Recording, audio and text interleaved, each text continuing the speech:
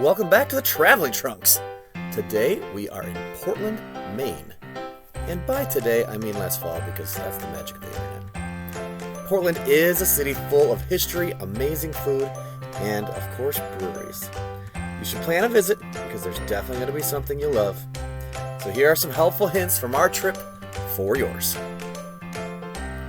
Getting around is kind of one of those annoying details when you're visiting another city, but it's kind of essential. We flew in and rented a car, but you do you. So the Portland Jetport, and yes, it's a jetport, and I don't know the difference between an airport and a jetport. I could Google it, but then that would be your homework. Anyway, the Portland Jetport is small and easy to navigate, even in the dark. There are a few nearby hotels to the Jetport. At least one is walkable and decent enough that we could sleep without thinking we'd get murdered or hepatitis. Alright, the pro of getting a rental car at the Jetport is there's awesome service and a really friendly staff. The con, you can only enjoy that experience if you can find it. It's like a treasure hunt. No, really. We literally walked past the rental office maybe 3 times. I blame Siri. Here's a little tip. They're actually hiding the rental cars underneath the parking garage. You heard me. I'd say we're kind of dumb, but who puts a car rental location under the cars? Portland, that's who. Still, the car was heavenly. Parking in Portland? Good luck. That's right. The street parking in Portland is limited. Like, really limited. And not just for tourists. Even the restaurant servers were talking about getting parking tickets. So when they say plan ahead, they're not joking. We stayed at the Holiday in Portland, and good news, they have comparatively cheap guest parking. Plus, they have a shuttle, shuttle you around. Before actually being in the city, our biggest problem was trying to figure out how close everything was. And yes, Portland is a big city, but it's also pretty walkable-ish. But to be fair, sometimes you'll use all your walking energy going one way, and you're going to want to ride back to your hotel. One of the smarter things we did was have the shuttle drop us off at the far end of town, and then we pub crawled our way back. But if you're downtown typey, most of the shops, restaurants, and a decent number of breweries are near the water. Oh, but don't miss out on Munjo Hill for the restaurants and the breweries and whatnot. Bottom line, bring some comfortable shoes and a backpack cooler. And maybe your spinner luggage, Jessica. And here's a little side note, just because it blew Courtney away. Cars actually stop at pedestrian crosswalks. Like, they stop all the way. They don't even give you a dirty look for being there. Is that normal?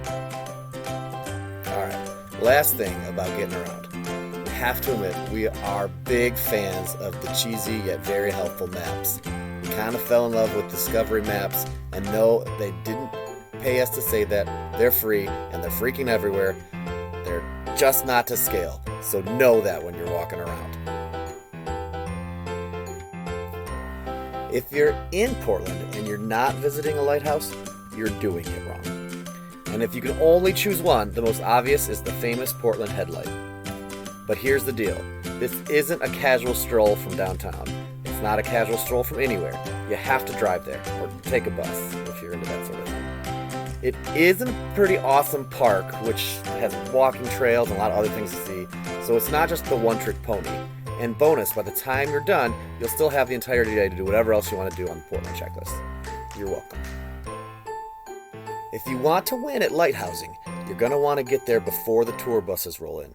Aim for like 9:30, or 10 at the latest. At least you'll have the place sort of to yourself. Unless you're on those tour buses, in which case do whatever they tell you and know that everyone else dreads your arrival. Speaking of that, there's also a gift shop. And I'm guessing it won some kind of award for the most people squeezed into a tiny room at some point. So beware. Once those tour buses arrive, it gets real cozy. So if you want souvenirs from this very specific shop, be prepared for a squeeze. Seriously, I think I may have accidentally gotten fresh with somebody's grandmother. They say, when in Maine, you have to have lobster. And they're right, because you're on the ocean, and that's where the lobsters live. The number one recommendation, of course, is a lobster roll. They're everywhere, so you probably can't go wrong with location. Jay's Oysters seems like the hot spot and is highly recommended, but there was also a line, and we're really impatient. So if you pivot to the left just a little, there's also Luke's Lobsters at the end of the pier, which was our perfect brand of place for a lobster roll and a beer. Located at 60 Portland Pier, if you see the water, you're probably close. It's got fantastic food, awesome servers, and a killer waterfront view. Not literally, we're still alive. Can't say the same for the lobsters. Sorry, that was terrible. Ever heard of a potato donut? Well, you have now. I get it, that's not what donuts are normally made out of, which makes the Holy Donut extra special. They made something delicious and sweet out of something that's a potato. And I'll let you in a secret. They have two locations. Actually, they have more than 2 locations. But there's one at Commercial Street, and it's easy to find because the line wraps around the entire state of Maine. But the other location is only about 1.5 miles to their west, and there was 0 line. Better yet, we went on a Sunday and got free parking at the bank next door, which was illegal, and it was clearly marked that way, but we were in and out so quick that it didn't matter. Our eyes were totally bigger than our stomachs, and we ordered way too many, but it was worth it. These suckers are dense. It took 3 to 4 attempts just to finish them, but we were troopers. Pretty sure someone owes us a medal, or maybe some of those little pilot wings, or a handshake or something. Beer lovers, listen up. Portland is packed with breweries, and we tried a bunch. There are so many to choose from, you're gonna want some recommendations. In which case, check out our other series, Teachers Who Drink. Love history? I'll assume yes. Don't miss Victoria Mansion. No, that's not a typo, it's not a Victorian mansion. Here's our visit in a nutshell. Heads up, there may be some spoilers. Built in 1858 as a summer retreat, this place is a jaw-dropping example of Italian villa architecture, which honestly I only know because of the tour we took with some people that really love the house. The owner made his fortune running luxury hotels in New Orleans, and you can tell he spared no expense. And you can also tell they weren't super excited to say he made most of his money because of slavery. They kept using the euphemism Southern lifestyle.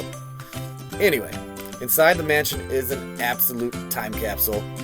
You can even check out the tiny room that doubled as both a smoking room and the mother-in-law's bedroom, but not at the same time.